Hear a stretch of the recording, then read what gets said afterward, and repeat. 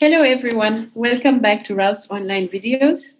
At Ralph, we have advised over 150 candidates on how to negotiate job offers and brought back over $5 million to them through the negotiations. Cool. So today what we're going to talk about is, we're still at the offer stage, but you haven't necessarily received your offer yet because companies will rarely just, present you a written offer like you think that they would. Right. And when companies introduce numbers in an offer, they often do so in very confusing ways, and it's usually unclear. And we want to share with you the many ways that they'll try to confuse you.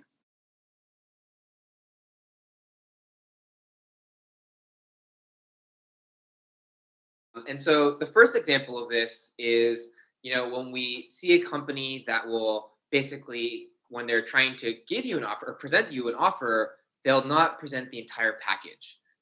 And they'll, for example, just start with the base salary and see how you respond. So I can recall like one client was for a product manager role at a Series B startup. And in this call, the recruiter says, hey, so we were thinking of a base salary of $140,000. How does that feel? Right. And then, our client basically says like, yeah, that sounds good to me as a response. And when he says yes, right, like, does the company have any incentive to add an equity package that's competitive? Do they have any incentive to add anything else that's competitive? Right. He's basically already signaled that he's okay with the offer.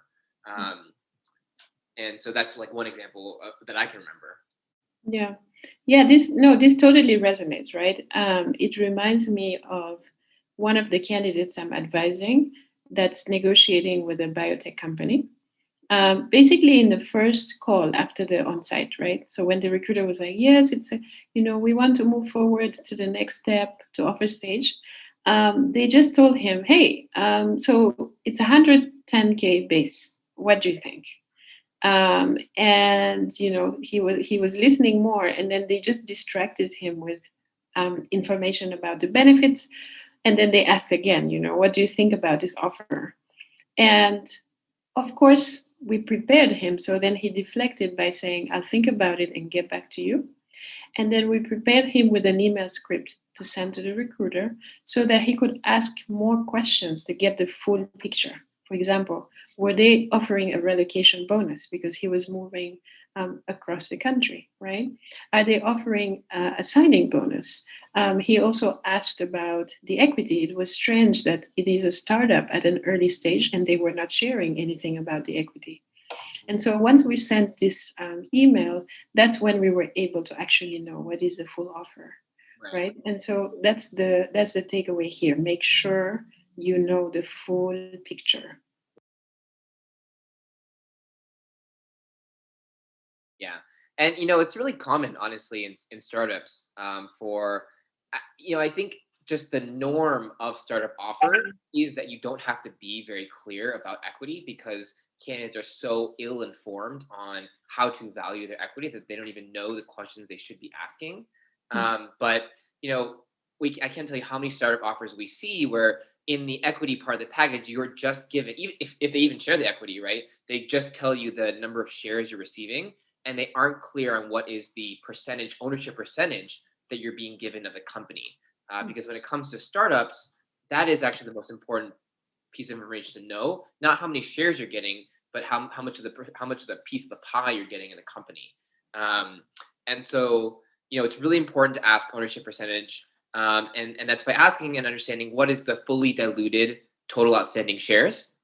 And then the other two really important questions to ask are, what was the most recent 409A valuation? What this is basically like an independent valuation of the company at its current share price, usually done by like an accounting firm, and also understand what is the value of the company as based on the investors. So what was the share price of the last round raised? And so that's basically what the investors think the value of the company of each share is worth.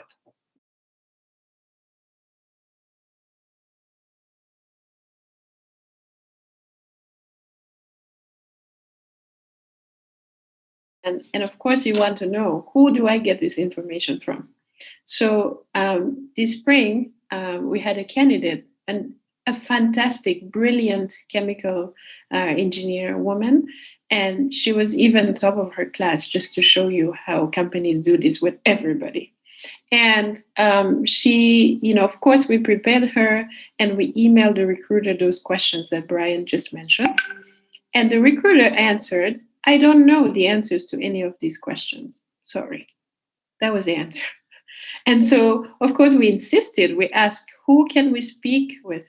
She asked, who can I speak with at the company, at the startup, so I can understand this? And by the way, this was a Series C startup. So this is not only with small teams. Like you can have a startup with more than 200 people, you should still ask about this. And so when she asked who to speak with, the recruiter said, unfortunately, nobody on the team can really answer these questions you're asking. I think we would have to go all the way to talk with the CFO. So do you want me to arrange a call with the CFO? And so at this point, what happened with the candidate, she was very intimidated. She was feeling apologetic. She was telling me, I'm not sure about this. I don't want to waste their time. This is an executive, etc., etc. Right? Feeling intimidated, trying to say, no, don't worry, like I'm fine, right? So we said, no, like if the CFO is the best person to answer this, then you should talk with them. Let's do it. And so we did it. And she actually learned so much about the industry talking to this person, to this guy executive. And they were very supportive. She learned all the details that she wanted to know, which is, again, the questions that Brian referenced that you'll find in the resources. And not only did she learn that, she learned that they were having plans to be acquired soon. So there was a liquidation event inside. That's like that's a good signal. Like that was showing that there were bigger fish in the industry that were really interested in this product and believed in this product. Right. So that's so this conversation ended up being actually really productive for her, both career wise and also like negotiation to understand the value of that equity potentially. So don't be intimidated if recruiters tell you, oh, are you sure you want me to connect you with the executive? Say, yes, I want to talk with them. Mhm. Yeah, and I would say like it's likely that the recruiter isn't super clear on how to value her own or his or her own equity in the company, right? So sometimes they may just try to deflect, but sometimes I would say probably most cases, they don't know themselves, um, and so it's really just a matter of making sure you get your questions answered from people that do know.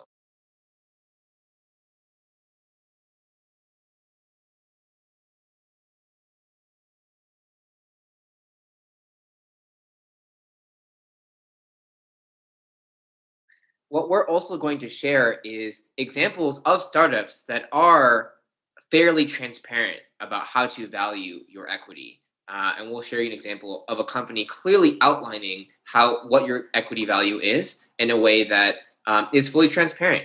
And this is really should be the benchmark to all of their companies when they're extending equity packages.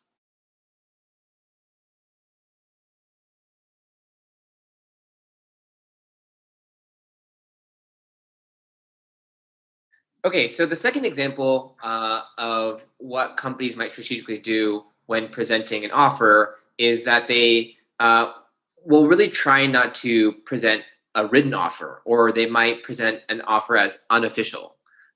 So, and this is really a normal part of the process in terms of discussing numbers verbally before having some sort of PDF offer. But you should at least get what the verbal conversation is in writing over email to so that you're at least crystal clear on what the numbers have been discussed, because things can get misinterpreted in phone calls, and that happens quite frequently. And so the reason why recruiters are really trying to focus on giving verbal information first is a couple of reasons. One, what they're really wary of is you using their offer as a competing offer elsewhere. Two, if they're benchmarked by the offer acceptance rate, they don't want to extend you an offer only for you to not potentially accept it, because that hurts their rate. And so what you should really try to do is, it's okay for the numbers to be discussed verbally, but you should at least be able to get, in an email, what the numbers are discussed. And if not from them sending it to you, just email back, hey, I just want to confirm these are the numbers discussed, and get a yes back. Okay. So another candidate heard from their recruiter, hey, this is not an official letter, but the team wants to know how you feel about it over the next couple of days. When they heard this from the recruiter, their immediate instinct was FOMO because they were feeling like, oh, so this is not official? Okay. But you still want me to tell you how I feel. And the candidate was torn. So they heard the numbers. They did not think those were the right numbers, but the immediate instinct was, hey, what do I do? Like this is not official yet, so I'm afraid of saying something and then I don't receive the offer, right? And in that moment, it was good that we were there because we helped her understand, hey, they said this is not official, but at the end of the day, it's an offer. The team wants you. They are not backtracking on that. So consider this an offer and do say that you don't feel great about it yet and that it needs to be flexible because you don't feel great about it. It's not there yet, right? And don't worry about this need to like please or say yes so that you receive an official thing. It's already official. When they are telling you, here are the numbers, the team wants to know how you think about it, that's official, okay? It's not a letter yet, it's not a PDF yet, fine, but it is an offer, right? So consider it as such. And don't worry about is this official or not official. It's just a distraction. It's just to make you feel FOMO, right? To feel the need to say yes so that you have something official.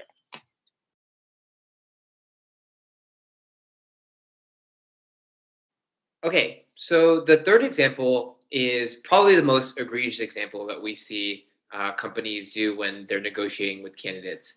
And this isn't super frequent, but it definitely does occur. What companies will do when extending you an offer is that they will try to get you to make a verbal commitment to the company before extending you the offer. And so they will say something like, we'd like to extend you the offer, but you will need to say yes to it first. And this is just, really unreal because in order for you to sign the offer, you have to know what you're going to sign. But what the company is trying to do is essentially get you to give your word and then hold you to it afterwards. Yeah. So, one example I can think of when this happened for a client was for a data science role at Bloomberg.